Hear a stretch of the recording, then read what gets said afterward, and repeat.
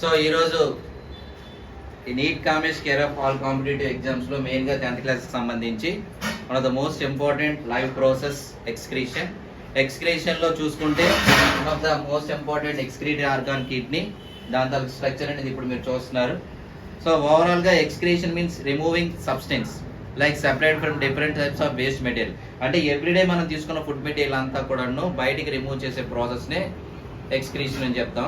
So ఈ ఎక్స్క్రీషన్లో one of the most important one pair of kidneys అనేవి మన తాలూకా అబ్డామినల్ క్యావిటీకి లెఫ్ట్ సైడ్ రైట్ సైడ్ ఒకటి ప్రెజెంట్ అయి ఉంటాయి. దానికి ఓవరాల్గా ఏంటంటే వెన్నుముక అంటే మన తాలూకా బ్యాక్ బోన్ అనేది సపోర్ట్ చేస్తూ ఉంటుంది. దీంతో పాటు ఉండిపోయేది ఏంటంటే వన్ పెయిర్ ఆఫ్ యురేటర్స్ అనేవి ఉంటాయి.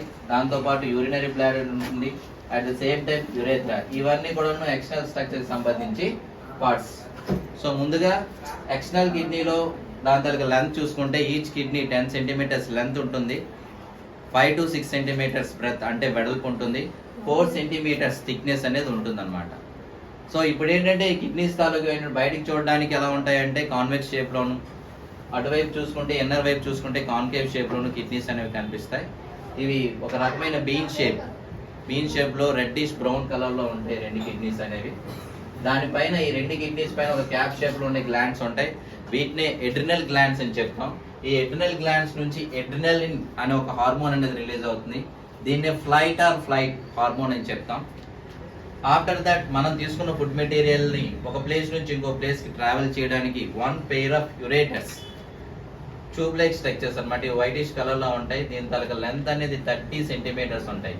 అంటే ఒక ప్లేస్ నుంచి కిడ్నీస్ నుంచి నెఫ్రాన్స్ అనే స్ట్రక్చర్స్ అని ఒక ప్లేస్ నుంచి ఇంకో ప్లేస్ ట్రావెల్ చేస్తూ ఇలా ఓవరాల్గా వచ్చి యూరినరీ బ్లాడర్లో స్టోర్ అవుతాయి. సో ఇక్కడ యూరినరీ బ్లాడర్ తాలూకు కెపాసిటీ అనేది 300 to 800 ml ఉంటుందండి. ఇక్కడ మనకి ఏంటంటే ఈ యూరినరీ బ్లాడర్ తాలూకా కెపాసిటీ అయిపోయిన తర్వాత ఓవరాల్గా యురేథ్రా అనే ఒక పార్ట్ ఉంటుంది. ఈ యురేథ్రా అనేది మేల్స్లో 20 సెంటీమీటర్స్ లెంత్ ఉంది, ఫీమేల్లో అయితే 4 సెంటీమీటర్స్ లెంత్ ఉంటుంది. అంటే ఈ యురేథ్రా ద్వారా ఏం చేస్తామంటే వేస్ట్ మెటీరియల్ అంతటినీ కూడా బయటికి పంపిస్తాం. బట్ ఫీమేల్స్లో ఇక్కడ సపరేట్గా ఉంటాయి అనమాట. యూరినోజెంటికల్ ట్రాక్ట్ అని చెప్తాం అనమాట. అంటే ఫీమేల్స్కి వస్తే సపరేట్గా ఉంటాయి అనమాట. సో ఆ విధంగా యూరిన్ నుంచి ఒక ప్లేస్ నుంచి ఇంకో ప్లేస్కి మన వేస్ట్ మెటీరియల్ అంతటినీ కూడాను కిడ్నీస్ నుంచి యురేటర్స్, యురేట్ నుంచి యూరినరీ బ్లాడర్ నుంచి యురేథ్రా ద్వారా బయటికి రిమూవ్ చేస్తాం. దీని తర్వాత మనం చెప్పుకోవాల్సింది ఏంటంటే ఇంటర్నల్ స్ట్రక్చర్ ఆఫ్ కిడ్నీ. దాంట్లో మెయిన్గా చెప్పుకోవాల్సింది ఏంటంటే the structural and functional unit of kidney is called nephrons. ఈ నెఫ్రాన్స్ అనే ఒక పిరమిడ్ షేప్లో ఉంటాయి, గ్రూప్గా ఒక 9 to 12 ఉంటాయండి. దీన్ని క్యాలిసెస్ అని చెప్తాం. ఈ క్యాలిసెస్ ద్వారా ఏమవుతుందంటే ఒక హెయిర్ లైక్ స్ట్రక్చర్ని మనం తీసుకొచ్చి మైక్రోస్కోప్లో చూస్తే దాన్ని నెఫ్రాన్ అని చెప్తాం.